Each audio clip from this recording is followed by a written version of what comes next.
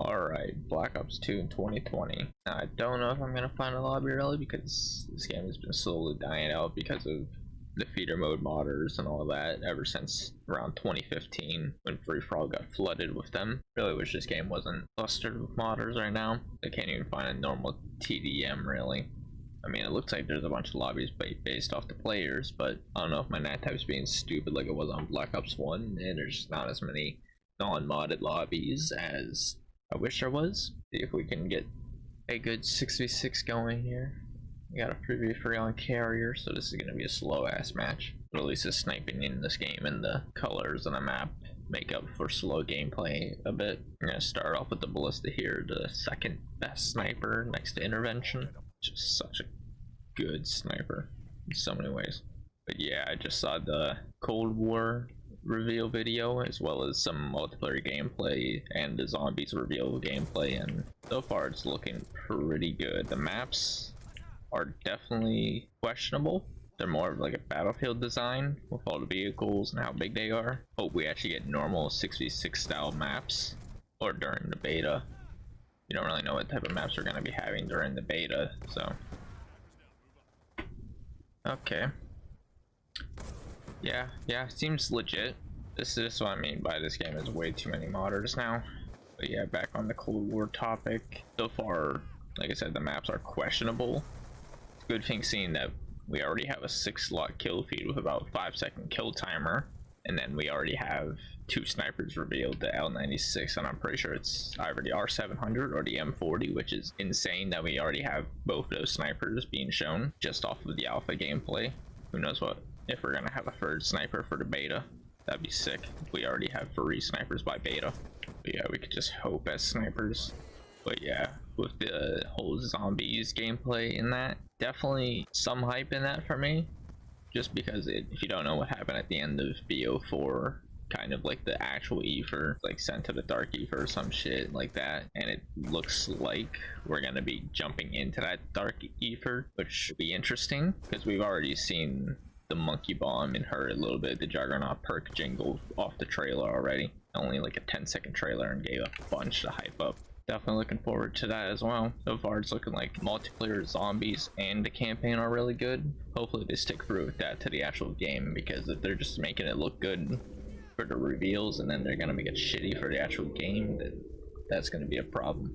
The creative class system on Cold War definitely looks very similar to BO2 type style, with the wild cards, the perk selections, all that, as well as keeping the MW attachment type system, which they're improving, at least less of just slapping on a penalty for every perk and more just like certain ones have penalties. That's definitely a good thing. So we can possibly have actual ADS attachments without decreasing everything else. So we won't be getting hit markers just because we want to shoot fast, hopefully. Haven't seen much of the sniper attachments yet, but definitely look like snipers were aiming in pretty fast and getting pretty consistent one-shot kills based off the gameplay I've already seen. But back on this BO2 topic, this game definitely would be in my #1 spot if it weren't for people like this abusing, you know, aimbot. We're gonna switch over to the DSR. I feel like I've already gotten enough kills with this ballista so far. Lol, his shit probably crashed, so he deserves for fucking using mods on this game still. Oh, homie still barely got over a 1 point KD using aimbot. That bad at the game that you need aimbot just to get above 1 point KD.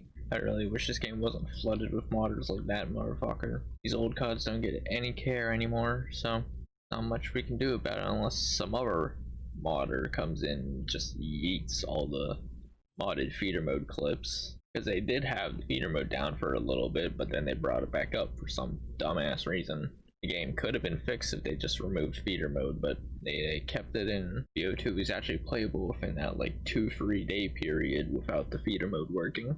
You could only run into a hacker if someone was actually using a mod menu on his own instead of feeder moding it. Yeah, we're gonna be using the DSR this game. Another top tier sniper, at least it was before the nerf. I never really got to use it that much before nerf because my BO2 disc just decided to stop working around like month 3 and I couldn't play it for the next 6 months, so I missed about half a year of BO2 around the time whenever the DSR was still god tier. Dude, I fucking hate bouncing Bettys. Thank God in Cold War it's gonna be a field upgrade type thing. So yeah, let me know your thoughts and opinions on Black Ops Cold War gameplay reveal and all of that so far. For me, it can be an absolutely amazing COD to rival even BO2 here before all the modders came in. It could definitely rival a COD like this if they do it right. Is this guy using aimbot as well? Yep, okay. You're camping with aimbot. Also looks like it was confirmed by Charlie Intel and that feeder mode is gonna be back in Black Ops Cold War, which is a good and a bad thing. Good for if my Elgato decides to be dumb as fuck and just yeet something that I record, so I can still jump back in feeder mode and get the clip like I did with BO4, but it could definitely be a bad thing as well because of all the feeder mode modders that might jump on that game in the future. So if it is a good ass COD to rival BO2, it could end up exactly like BO2 in a few years after. You never know. There goes another lobby because of the host. But yeah, this COD was definitely my favorite overall COD. It would still be my #1 if it wasn't for the modders, because MW3 is just over BO2 right now because of the modders on this game. I don't think anything can top MW3 and BO2, to be honest. I know people will be like, oh, MW2 is better than MW3, but like they need to take off the nostalgia glasses and just look through clearly at what MW2 is right now compared to what MW3 is right now. This COD definitely gave me a bunch of memories, including this right here. My first ever 6-on in Call of Duty history. On the same exact day I hit my first ever 5-on during the first ever Red RC that I went for. Definitely played this game an absolute shit ton. Probably not as much as people that were able to play it for the first year, but I still played it over like the 2 to 3 years after, all the way up until BO3. Definitely got a lot of time into this game. Did a bunch of my best clips ever on this game. Yeah, hopefully Cold War can just be even the slightest bit like BO2 or MW3 in terms of just being absolutely amazing for everything. Here we go, a little 3v3 on Nuketown.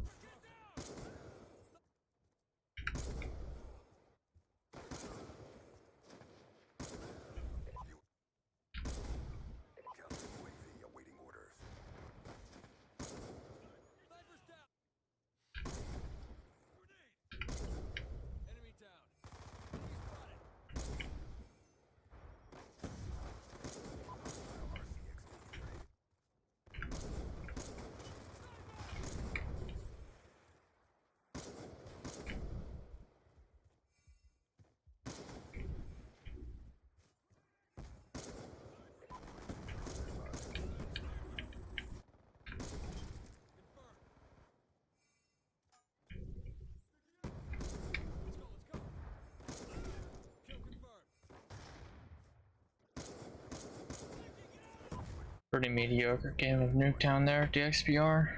Oh well, that's just how BO2 is. You ever have Xbox One host lagging it, or you have a modder that just is aimbotting and god moding. That's just how BO2 is now, so that's gonna be the end of Black Ops 2 in 2020. Still could be a very playable COD if you don't get Xbox One host or modders, which is definitely harder than it sounds to not get them. But yeah, that's going to be the end of this video. Peace.